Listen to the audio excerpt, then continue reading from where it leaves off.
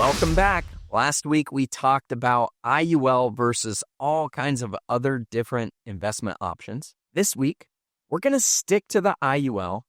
This time, we asked AI, what was the top concerns or criticisms that people have about IUL in online discussion forums like Reddit? And they identified a few different forums, and we've got 6 different topics that are at the top of that list. We're going to be tackling the first 3 of them this week, and we're going to do the next 3 next week. These are your topics: the fees and the costs, illustrations versus reality, changing caps and participation rates, complexity and transparency, agent motives and commissions, and long-term commitment and suitability.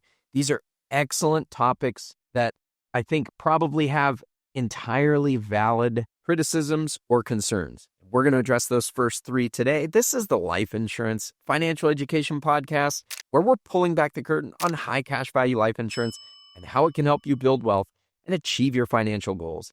I'm your host, James Barber, your Oregon Cash Flow Pro. Hi, I'm Jane with Tech Exempt Millionaire Club. And my name is Carlo Vaquero with NetWealth Finance. Welcome back, everybody. Before we get started, any of you have an update on any of your personal investments that you'd like to share? I finally not only closed the first slow flip, which many to look forward to in Michigan. And as of tomorrow, we'll sign the lease with a tenant buyer. We'll do so-called contract for deed, and we will act as the bank. So exactly what we are always talking about here in this channel, be your own bank. Awesome. Is that something that you guys discuss in your tax-exempt millionaire club? Yes, we do discuss different tax strategies as well as something like this in the tax-exempt millionaire club. Great. So if people are interested, be sure to go find Jing at Tax-Exempt Millionaire Club. That's on which platform? With Skool, SKOOL, from Alex Hormozy. Or they can just hit that QR code. QR code. Scan the QR code. Excellent. Carlo, any updates? So we're wrapping up our charter season, and it's been a pretty good one, and finally starting to recoup some of those lightning strike costs. So that's looking good. And I'm looking to plan next year doing some founders retreats. So if people have tech ideas but don't have the technical chops to do it, and they want to have some time on a boat to do a little bit of a founding retreat, get in touch with me. I think that's something that I would like to be kicking off next season. So if you're interested in visiting the BVI on a sailboat and working through your ideas to found a tech company, I'd love to chat with you about that. That sounds like fun.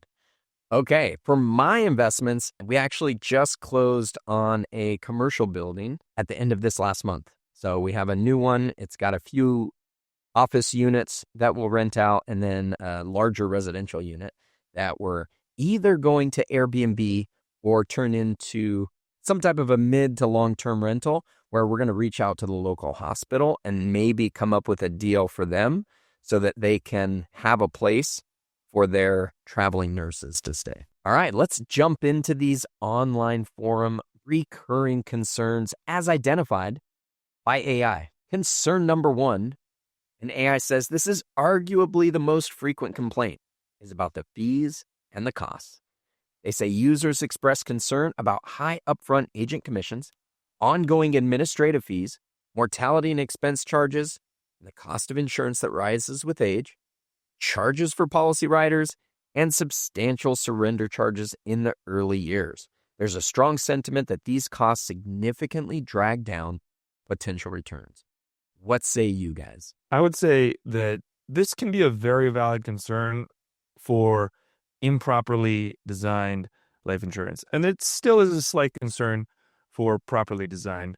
But the way that we design them, if you fund them close to your max, then you are really minimizing what those expenses are in relation to the potential growth.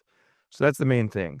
We're looking at having probably a difference of your base cost amount is somewhere in the 10 to 15% of the total amount that you can put into that policy. And when you design and fund it at that level, then those expenses become relatively small in relation to the potential growth. And that's how we kind of minimize those expenses. Jing, any thoughts? Sure, we have to take a look at underlying design. Compared to whole life and IUL, you can actually see all the costs listed on your illustration. For whole life, you have nowhere to find in the illustration. If we design the IUL the right way, which is what we have been talking about, the cost can be actually minimized to a certain extent. Of course, it should be a life insurance policy. There will be costs associated with it, but the costs and fees should be minimized by a proper design. Yeah, so essentially, when we design a proper policy, those high upfront agent commissions go away.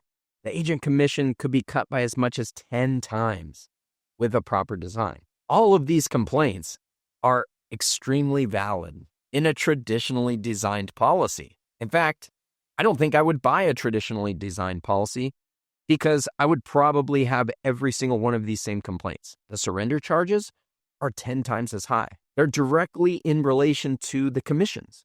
So when we can cut those commissions, we see those surrender charges become very, very small, and the amount of money that it keeps from being available, that it keeps from being liquid, is drastically reduced. And so that complaint essentially goes away. All of the fees outside of that, there are some that are connected to policy design as well, and those agent commissions, those are also minimized. So we know that we can handle some of these fees, the biggest ones and the ones that bring about the biggest complaints, with a proper design policy. What about that cost of insurance that rises with age? Because that is an ongoing concern that people have. Well, the cost of insurance will naturally go up. The IUL is built on annual renewable term, but since proper design for the products that we like will tend to have a pretty big multiplier of how much supplemental term we can put. And that could be 3 times as much supplemental term or even as much as 10 times as much supplemental term. And that's non-commissionable terms. That 1, reduces the initial commission, and 2, you also have the ability at any point after the first few years to be able to drop off that supplemental term. 7 years. And 7 years. Yeah. So after the first 7 years, you have the ability to drop off that supplemental term if you want to minimize those expenses. So that we use that to get more money in, and we have that ability with that supplemental term. But in the future, the majority of the life insurance could be dropped, and then you'll have a minimal net amount at risk, especially if you have good cash value growth. So that cost of insurance can be very low, and that net amount at risk is the difference between your cash value and your total death benefit. Yeah, so just to be clear, it's not just because of supplemental term that you're able to reduce the death benefit after 7 years. That's really any IUL. If you don't want to pay for the cost of that insurance anymore, the first MEC test ends at 7 years. And so after that, you can make some material changes in the policy, such as reducing that death benefit, switching from increasing to level, doing things that can reduce the net amount at risk that you're paying for each year. And that is the way to offset that rising cost of insurance. We essentially just pay for less of it later on as we get older. Any additional thoughts there, Jing? I think the agent should actually mention this to the client. So I think there's a lot of miscommunication when the agent is trying to sell the IUL. That's all the myths we're trying to dismiss in this episode. So for any of the insured at a later age, we have to change 2 things. One is the death benefit, to change it to level, as well as you reduce to the guideline minimum. Yeah, that is really important. That's a part of the beginning plan when you're working with a client, because they need to know that that's an action that has to be taken in the future in order to minimize the expenses and maximize that potential cash growth. They've got to switch to the level death benefit from increasing and reduce it to the guideline minimum. If they don't know about that, there's a good chance that that life insurance agent is not going to be working when that person is ready to make that change, and they might miss it. And ultimately, it could cost them a lot of money. And that's really when you have that guideline minimum and you've built up a good amount of cash value in that policy, the slight bit of growth in that policy can more than make up for it. And that minimum changes with age as well. So there's factors that are taken into account in order to calculate how much minimum insurance it is. But when you're in old age, it is pretty low, the amount of insurance that you need. So just a quick example on that. If you are 75 years old and you have $1 million in cash value in your policy, you only need to have $50,000 of death benefit above and beyond that cash value. That's considered the net amount at risk. And the cost of that death benefit is going to be very small. It might be $500 or so, like less than $1,000 is what you have to pay in that policy. So for people to complain about the cost of insurance, they're just not aware of the levers that we can pull to reduce those expenses and have a good place to store and grow our cash as we get into old age. Let's move on to number 2, which is illustrations versus reality.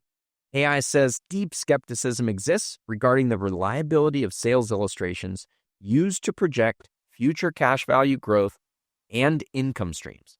Concerns focus on the use of optimistic, non-guaranteed assumptions for index returns and the potential for future reductions in caps and participation rates, which would render current illustrations inaccurate. What say you? The reality is that no insurance product is going to exactly match the illustration. It's going to vary to some degree.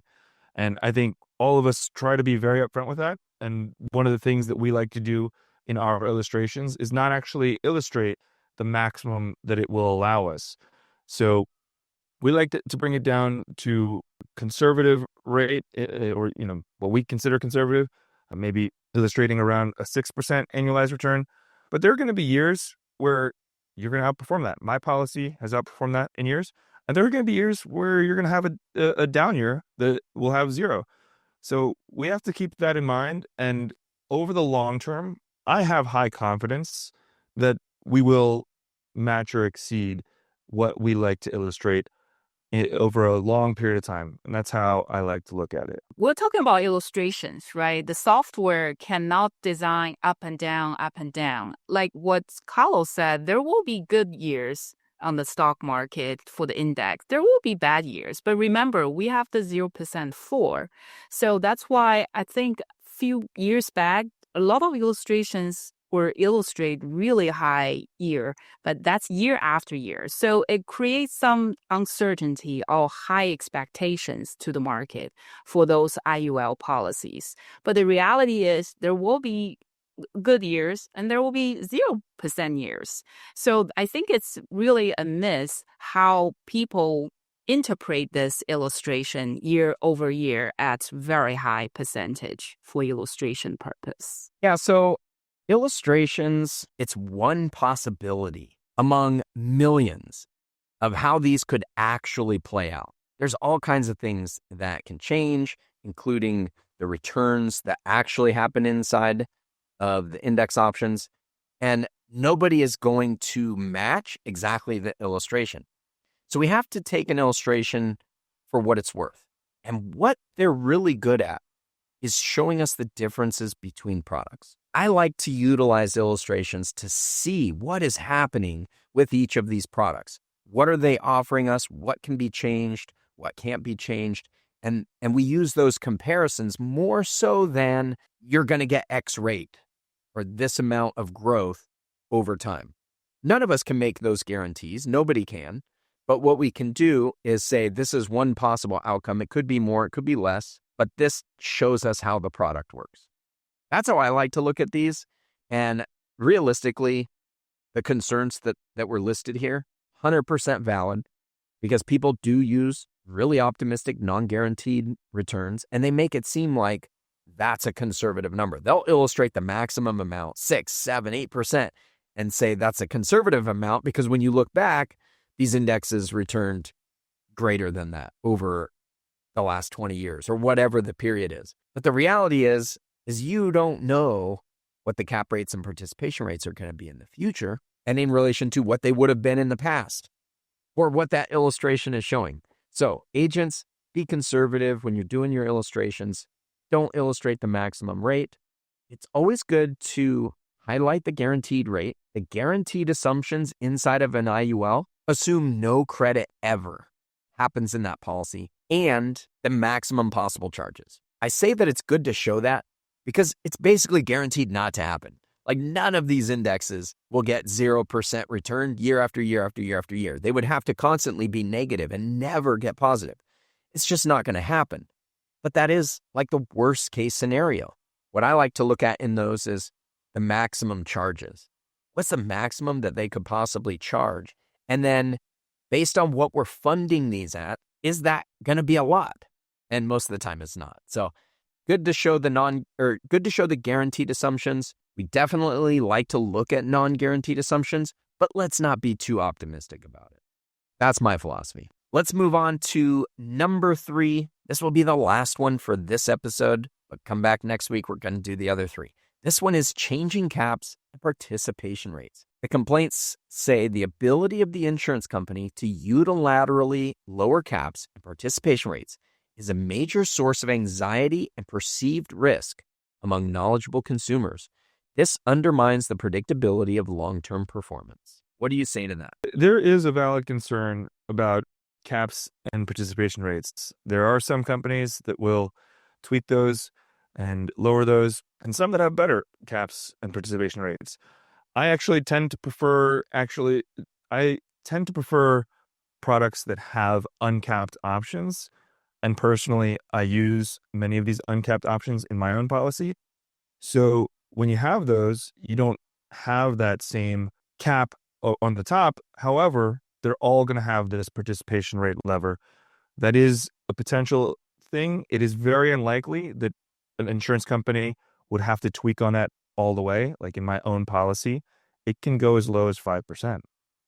That would be terrible if it was lowered to 5%. The effect of that would be if it was a 10% year in the market, I would get a 0.5% credit. And that would be really bad. Nobody wants that.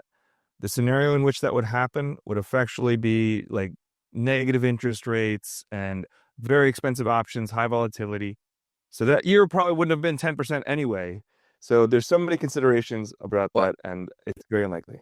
It's not just negative interest rates, but it's negative interest rates year after year after year that are affecting the general fund of these companies. Because the reality is the participation rates and the cap rates are a reflection of how the general fund of that insurance company is performing. And if that general fund of the insurance company is performing well, if they're earning 5, 6, 7%, you're going to have solid caps and solid participation rates because they're in a market with a whole bunch of other competitive companies. They're not just going to reduce caps and participation rates willy-nilly so that you don't make money. They want you to make money because if you're making money in your policy, they can sell more policies. It's a lot easier to continue making money selling policies, which for them sells insurance, which is their goal, and that's their bread and butter. So they want you to make money. The only time we generally see cap rates and participation rates come down is if the general funds are not doing very well. So it's key. Pay attention. For the companies that you're looking to get a product from, how are their general funds doing? Not just now, but how have they done in the past? And you can look and see how has those participation rates gone up and down. We've gone from some really low interest rate years that have really impacted some companies more than others, and other companies that were able to ride it out and still keep cap rates and participation rates fairly high, even though there was a significant number of years that the interest rates were dragging down those general funds. That just boiled down to the strength of the companies. So there's some nuance in here, but I think when we understand how these things work, it makes it a lot easier to not fear them. When we understand what happens in the market or what happens with interest rates, we don't fear the changes that are happening inside of these IULs as some systemic problem, unless it is a systemic problem. So when we understand what's going on, we can identify, is this going to be a problem that's short-term or long-term? And if it's a long-term problem, we have ways to mitigate those things by just getting out of these policies or trading into a different policy. Like, there are things that we can do if it's an ongoing issue. But most of the time, a lot of the complaints come about, and it might be temporary issues. Somebody gets a negative year, a cap rate changes for a particular index for whatever reason, it got more expensive, but there could be other index options that are more attractive at that point. So always ways that we can mitigate these things and offset some of that risk and some of the frustration. I think when you see changes, it's not always bad, it's not always good. But I think a lot of people compare this versus all the guarantees with whole life. Like what James mentioned, this changes is for the general account of all those carriers. They have to be in business. They have to guarantee all the policies to be paid out. So when you try to select which carrier to go with, try to go take a look at the performance. Try to go with the strong performance company. Yeah, I mean, that can offset a lot of risk. As long as we have a good carrier, good credit ratings, they've got a strong general fund account, they have a track record of treating their clients very well, opening up new index options. Like, there are things that we can look at that demonstrate a track record of how a company treats its clients. And we want to go with the companies that do that the best, because we're planning to own these policies for decades, many, many decades. We want to have a good partner in this. And I view the insurance company as a partner in this. I want to also call out that in my own policy, I started out with a participation rate that was probably about 30 or so, 40% less than what my participation rates are right now. And that's because it was a long, extended, low interest rate environment. And the insurance company, in my own policy, decided to raise those when the environment started to improve over time. And good carriers will do that when that happens. Absolutely. Well, let's wrap this one up. Do you guys have a call to action for our listeners this week? It's time for this week's call to action. Well, I really want everyone to take a look both the IUL, all the shortcoming of IUL. Talk to each of us. We all own IUL policies and how our policies performed. Even in the bad years, how we can continue funding all our policies in the long run. And I would challenge people to review some of the content. So if you go to Reddit, look at some of these posts and compare what their complaints are, how they described it. I know we summarized some of them here, and see whether or not we refuted any of those with what we've discussed on those specific issues. And drop a comment below if we didn't, because I would love to know whether or not we missed something, whether we didn't cover something or refute something. We are going to cover some others in the next episode, but on these particular ones that we covered in this episode, please drop a comment and let us know if we missed something. I'm going to say a good call to action is if you have any of these concerns, be sure to talk to an agent like one of us that does an optimized design that most benefits the client. That means maximum reduction of commissions, maximum reduction of insurance that we're paying for in order to optimize it for your funding level. When we look at policies that are designed that way, the complaints go away. You can't really complain about any of these things in that scenario. You'll have your mind blown if you're comparing a bad design compared to a good design. So try to find a good design and see if your complaints still hold water. And with that, we're going to wrap it up this week. Next week, we're going to talk about the other 3 top complaints. Those are the complexity and transparency of IUL, agent motives and commissions, and long-term commitment and suitability. For this week, I'm your host, James Barber, your Oregon Cash Flow Pro, and I'm licensed for life insurance and annuities across the country. I'm your host of Tax Exempt Millionaire Club. You can scan the QR code to join the school community, SKOOL.